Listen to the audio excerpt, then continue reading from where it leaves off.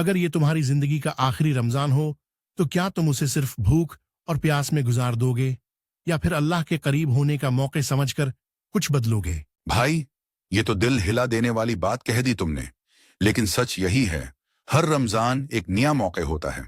मगर सवाल यह है, क्या हम इस मौके का सही इस्तेमाल कर रहे हैं?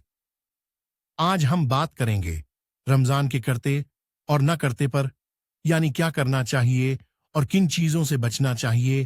कुरान और हदीस की रोशनी में जो बातें आज सुनोगे वो तुम्हारा रमजान बदल सकती हैं। अली भाई, बहुत से लोग रमजान को सिर्फ रोजा रखने का महीना समझते हैं।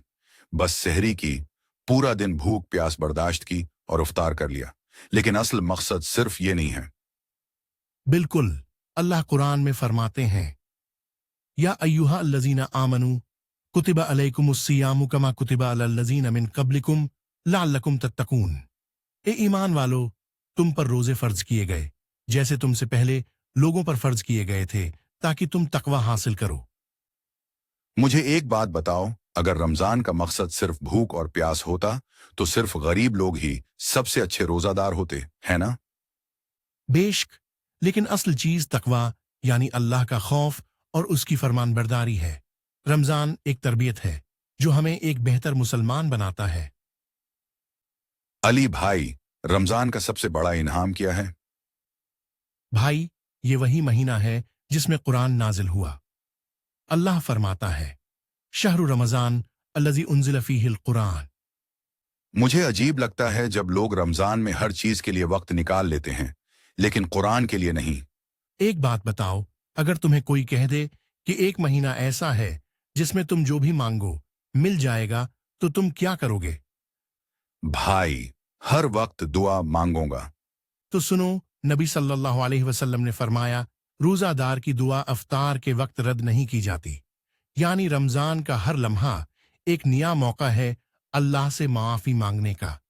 भाई, मैंने सुना है रमजान में एक नेकी का सवाब 70 गुना बढ़ जाता है, ये सही है?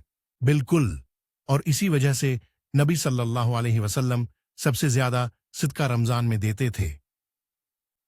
भाई, एक अजीब बात बताऊं, लोग रमजान में रोजा रखकर भी गुस्सा करते हैं, लड़ाई झगड़ा करते हैं। और यही सबसे बड़ी गलती है। नबी सल्लल्लाहु अलैहि वसल्लम ने फरमाया, जब तुम में से कोई रोजा रखे तो न गुस्सा करे, न लड़ाई झगड़ा करे, और अगर कोई उससे लड़ाई करे तो कह दे, मैं रोजादार हूं।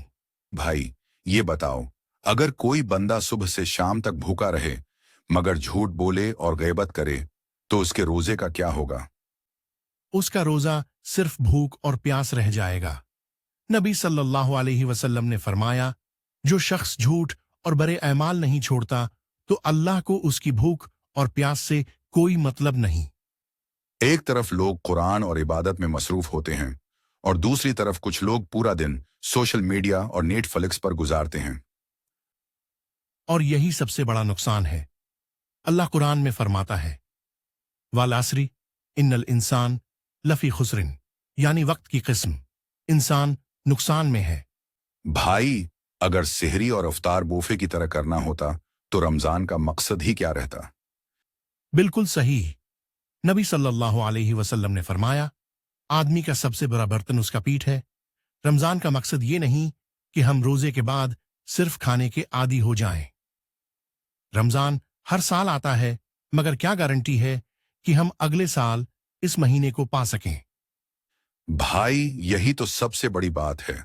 अल्लाह फरमाता है, वसारी हुआ इला मगफिरतिन मिन रब्बिकुम, यानी अपने रब की मगफरत की तरफ दौड़ो।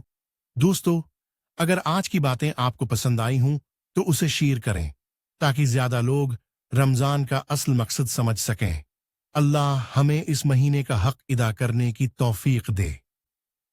आमीन। रमजान मुबारक। अल्लाह हाफिज।